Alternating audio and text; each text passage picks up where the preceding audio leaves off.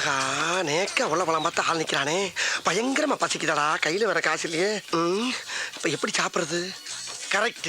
உள்ள இருக்க சாப்பாட்டுல ஒவ்வொன்றையும் ஒரு சாம்பில வாங்கி அதை 3 பார்சல் ஆக்கி ஒன்ன சாப்பிட்டு 2 என் பொண்டாட்டி கொண்டு கொடுத்துட வேண்டியதான். துணிஞ்சு இறங்கடா மாடா. பிடிக்காம வா சொல்றல.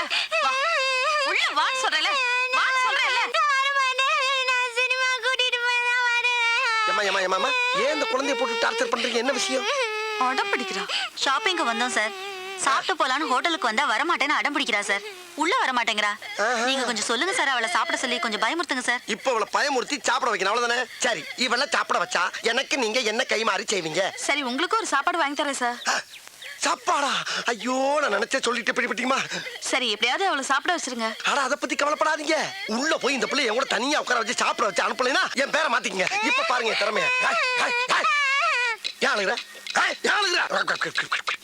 யார் தெரியுங்களா? குரங்கு குதறி இப்படி குதறி.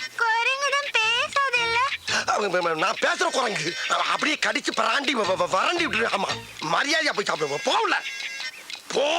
பாக்குறத பாரு, பாக்க பிச்சு பிடி போ. போதுமா? வேமா போங்க.